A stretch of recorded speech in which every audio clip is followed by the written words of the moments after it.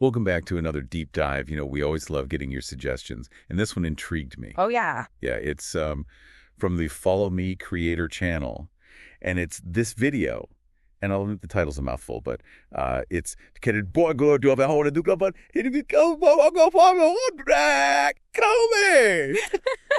Okay, 6 days in, man, that's quite an adventure. It is. And, our viewers, our listeners are always looking for those hidden gems in Thailand, those places. Offer something a bit different. Yeah. Exactly. And I think this video, from what I've seen, it really seems to capture that, those authentic experiences.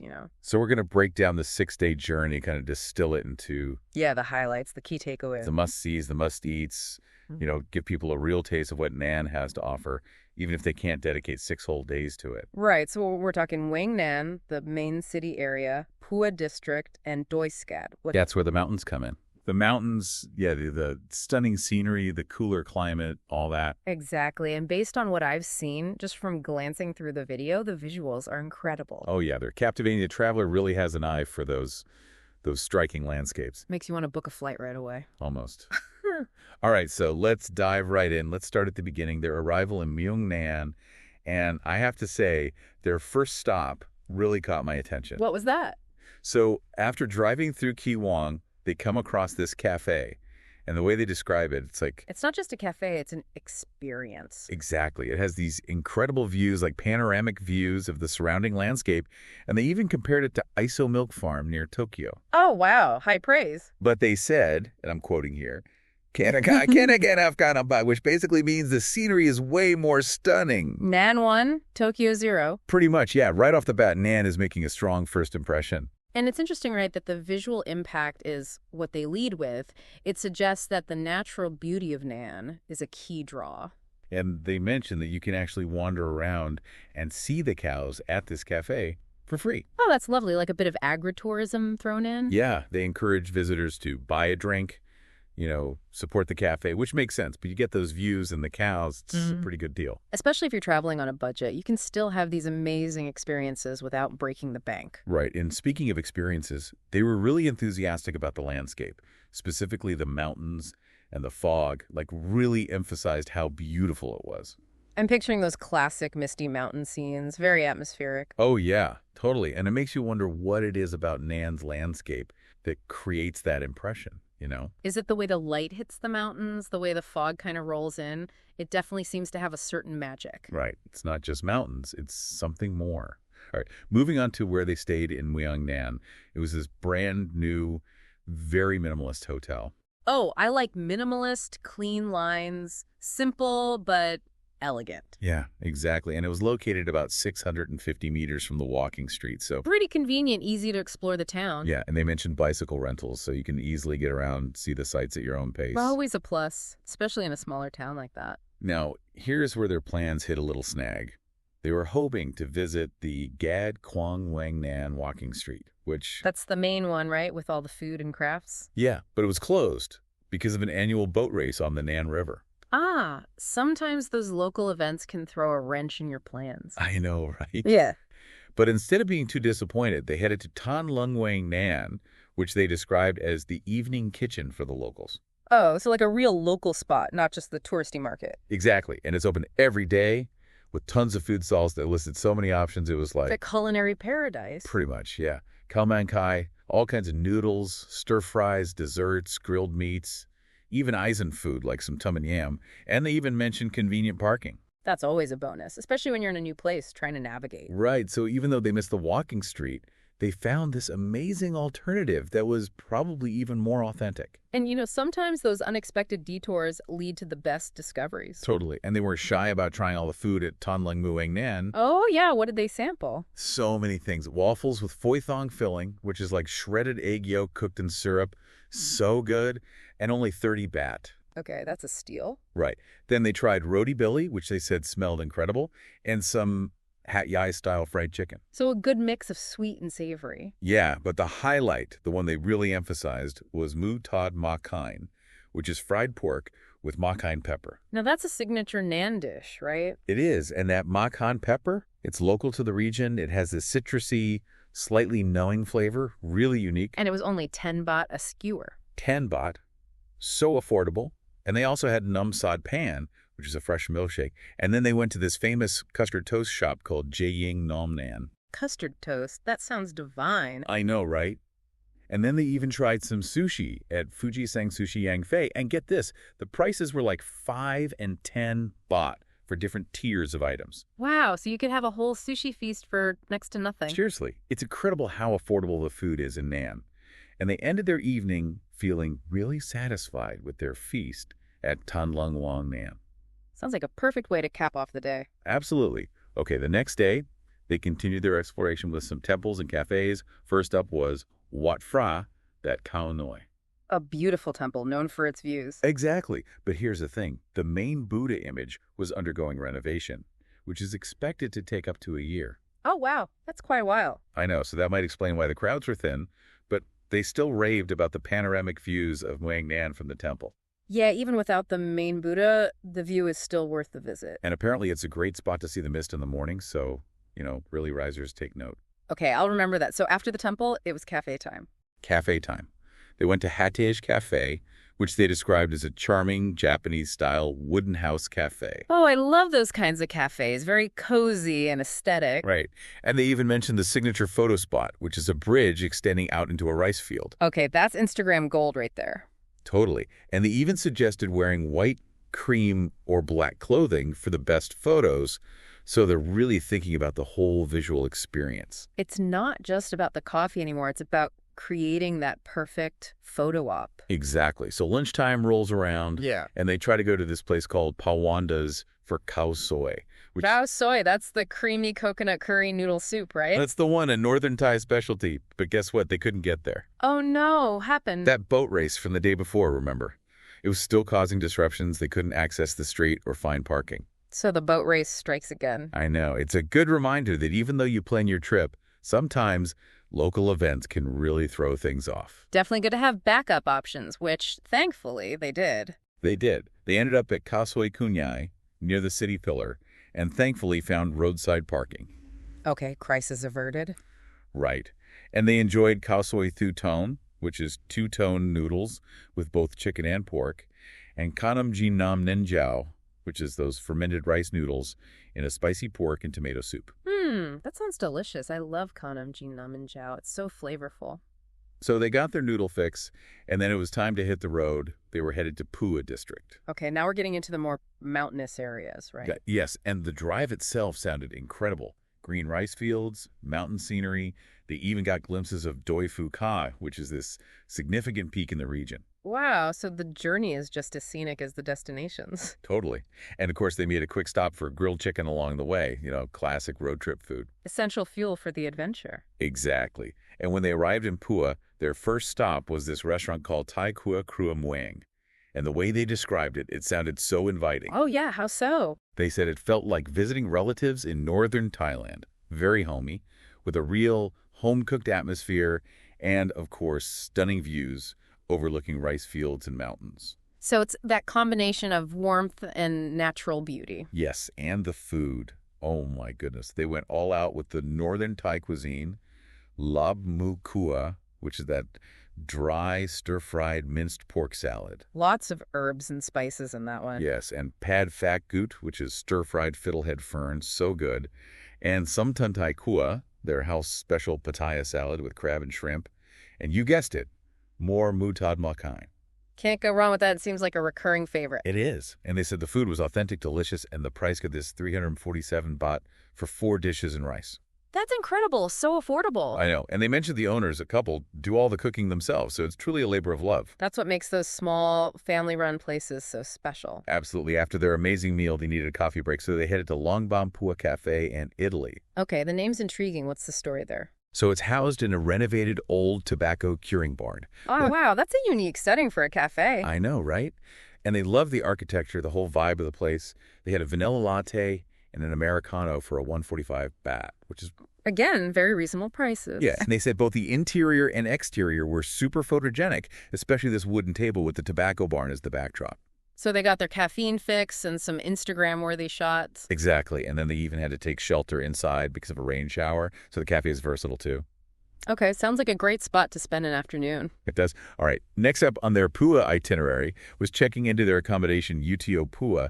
And this place, oh my gosh, it sounded amazing. What was so special about it? So it's on a small hill with these minimalist Japanese-inspired designs. Ah. And you guessed it, mountain views. Okay, I'm already sold. That combination sounds perfect. The room itself, spacious, well-equipped, large bed, sofa bed, coffee drip set, internet TV, walk-in closet, and the bathroom. The bathroom had a view. It did. Large soaking tub with mountain views. Plus, they mentioned complimentary snacks and drinks in the room. So they really went above and beyond with the amenities. Totally. And the starting price was 690 baht, including breakfast for two. But they did mention that prices might be higher during peak season. Still, for what they described, that seems like a great value. It does. And they really enjoyed those scenic views and the peaceful atmosphere. It sounded so relaxing. Like a true escape from the city. Absolutely. And they even had dinner on their balcony, overlooking all the natural beauty, despite a sudden rain shower. Oh, that sounds romantic. Right. Yeah. And they could order food from the accommodation. They had set meals and even shabu. Shabu shabu with a mountain view. That's a new one. I know. So cozy and convenient. And then waking up at UTO Pua, they said it was idyllic, misty mountain views right from their room. Can't beat that. And they mentioned the rooms were soundproof with really comfortable bedding, which is so important for a good night's sleep. Absolutely. Especially when you're surrounded by nature, you want to be able to fully relax. Right. And breakfast was served on their balcony. Another feast, khao man kai, khao soy, pa tong go, khao niao sankaya, which is sticky rice with custard, fruit, drinks, the whole spread. So they were well fed throughout their stay. Oh, yeah. And then they finished their UTO Pua experience with a coffee drip session, just enjoying the tranquil scenery. Ah, the perfect morning ritual. It really is. Okay, ready for Doi Skad? Let's go. I'm ready for some mountain adventures. All right, so on their way to Doi Skad, they made a pit stop at Thari Cafe, which they called a minimalist cloud cafe. A cloud cafe. I'm intrigued. Yeah, it's surrounded by rice fields and mountains, not far from the ascent to Doi Skad, and they love the design, the atmosphere, and the affordable coffee, starting at just 55 baht. So another hidden gem with great views and great prices. It seems like Nan has a lot of those. Which is fantastic. It means you can have these amazing experiences without breaking the bank. Exactly. And then they started their drive up Doi Skad, and they said it was winding, passing all these accommodations and coffee plantations. So it's a popular destination, but still has that natural beauty. Oh, yeah, definitely. And for lunch on Doi Skad, they stopped at a place called Ung Abong. Abong. That sounds interesting. What kind of food did they have? So the name might throw you off, but they said they serve regular Thai dishes. But the real draw was the panoramic mountain views. Okay, so the view is the main course. Pretty much. And they had kway teow tom yum, that spicy noodle soup with pork, and krap hao mu grab kai dao, which is a crispy pork stir-fry with basil and a fried egg. Solid Thai dishes, perfect for a mountain setting. And then it was time to check into their accommodation on Doi Skad, which was Ban Mai Homestay. A homestay? That sounds cozy. It was. They described it as cozy, with only 2 rooms available, so very intimate. Oh, that's lovely, like a real home away from home. And it was a traditional wooden house with shared common areas and a balcony offering those expansive mountain views, just like the restaurant. So you're constantly surrounded by nature. Exactly. And the rooms were simple but comfortable, each with a private bathroom. And the price was incredible, 900 baht per person, including breakfast and dinner. Okay, that's a steal, especially on Doi Skad, which can be a bit pricier. I know, right? And they really emphasized how clean and well-maintained the property was, and how welcoming the hosts were, especially the mother of the homestay. That personal touch can make all the difference. Absolutely. And they even mentioned that the lack of a TV in the rooms was a plus. It encouraged them to disconnect and really be present in the moment. I like that. Sometimes you need to unplug and just enjoy the surroundings. Totally. So their afternoon on Doi Skad involved exploring the homestay grounds, checking out the kitchen, admiring the hydrangea bushes, and then they took a walk around the village itself. Soaking up that mountain village life. Yeah, and they saw all these other homestays and coffee shops. It seems like Doi Skad is a popular spot for people seeking that kind of retreat. Makes sense. It's the perfect escape from the hustle and bustle. And they even spotted a 7-Eleven, so, you can still get your necessities. Never too far from civilization, even in the mountains. Exactly. They had afternoon coffee at a place called Skad Coffee. And then the highlight of the evening, sunset views over the mountains. Oh, those mountain sunsets are magical. They are. And they described it as breathtaking, so you know it was good. And then dinner, what did they have at the homestay? Dinner was mu kratha, so that Thai barbecue where you cook your own food at the table. And they had a huge spread. Meats, seafood, vegetables, all the dipping sauces. Sounds delicious and very communal. It was, and they raved about how generous it was, with options for refills, so no one went hungry. Perfect for a chilly mountain evening. And they mentioned the evening atmosphere was so pleasant, just the sounds of nature all around, very peaceful. I bet you sleep well after a day like that. Oh yeah, definitely. And speaking of sleep, they woke up the next morning to thick fog on Doi Scad, that classic mountain mist. Very atmospheric. It is. And breakfast on the balcony. Another feast, Kawa Tom, which is that rice soup with pork, mushrooms, and dried shrimp, boiled eggs, Patong Go with condensed milk for dipping, and Kanam Tuapape sweet mung bean crepes. Okay, I'm sensing a theme here. Lots of delicious and generous breakfasts. Right. They definitely fueled up for their days of exploring. And then they finished their Doi Scad experience with another coffee drip session, enjoying that misty mountain backdrop. Sounds like the perfect way to say goodbye to Doi Scad. It does. All right, time to head back down the mountain. They were headed back towards Pua District, and their next stop was Wat Phra, that Phu Kaset, another famous temple, this one known for its picturesque views. So a temple with a view. I'm sensing another theme here. I know, right? Nan has a lot of those, and this one had views of the rice fields, the traditional houses, the mountains, all of it. A real postcard scene. Exactly. And they were really captivated by the vibrant green rice paddies, and they learned about the local villagers, many of whom migrated from Sipsongpanna in Yunnan. So there's this interesting cultural layer, too. It's always fascinating to learn about the history of a place and how it's shaped the present. And here's a fun detail about this temple. You can feed the fish from the elevated balcony using pipes. What? That's so cool. I've never heard of that before. It's pretty unique, right? It costs 10 bahts for a bottle of fish food, so you can get involved and have a little fun. Definitely adds a memorable element to the visit. Okay, ready for the final stop on their Nan adventure. I am. What's next? Cocoa Valley Pua, a place all about cocoa. And they were welcomed with a drink made from 67% cocoa. So they were immersed in the cocoa experience right from the start. They were, and the decor in the lobby, all cocoa-themed, setting the stage for what was to come. And what about the drink? Was it good? They said it was rich, not too sweet, really focusing on that pure cocoa flavor, so. Sounds perfect for chocolate lovers. Absolutely. And their room at Cocoa Valley was the Cocoa Sky Plus room, 75 square meters of luxury. Wow, that's a huge room. It was. Large bed with an intricately carved headboard, a living area with a comfy sofa, and more cocoa-themed decor. So the theme was consistent throughout. It was, and then they were treated to a Cocoa Time set, which included cocoa soda, a brownie, Nama chocolate, and cocoa nibs. Okay, now we're talking, that's a serious chocolate indulgence. And the balcony, another one with stunning mountain views, they could even see Doi Scad in the distance. Wow, so you can enjoy your cocoa with a view? Exactly. And the amenities in the room, top-notch. Soaking tub with cocoa-themed stickers, large windows for those panoramic views, internet TV, a mini bar with complimentary snacks and drinks, including, you guessed it, more cocoa cookies and drinks, and even a work desk. So they had everything they could possibly need, all with a cocoa twist. They really did. And there was even a walk-in closet with bathrobes and a shopping bag for the Cocoa Valley Cafe or market. So, Very practical and on brand. And the bathroom, oh my gosh, his and hers, sinks. And a full set of cocoa-scented toiletries, soap, shower gel, shampoo, conditioner, body lotion. Everything smelled like cocoa. Now that's commitment to a theme. I know, right? And the room price, around 1,400 baht, including that Cocoa Time set, pretty good value for what you get. Especially for that level of luxury and the unique theme. Totally. But Cocoa Valley is more than just the rooms. They have activities, workshops. You can explore the grounds where they grow the cocoa trees. Oh, that's interesting. So you can see the whole process. Yeah, they even pointed out the original cafe location, which is now the breakfast area.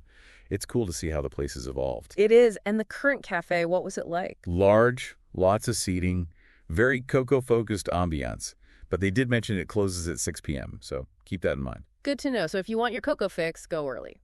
Exactly. And for dinner, they had a set meal of local Pua cuisine ordered through the accommodation, and it was prepared by local villagers, which is great. Supporting the community, that's always a good thing.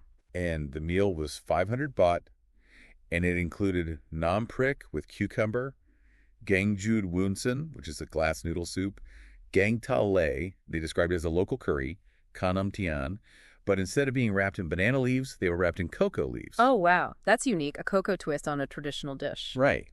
And they also had fresh guava and kai pom, which is grilled egg custard.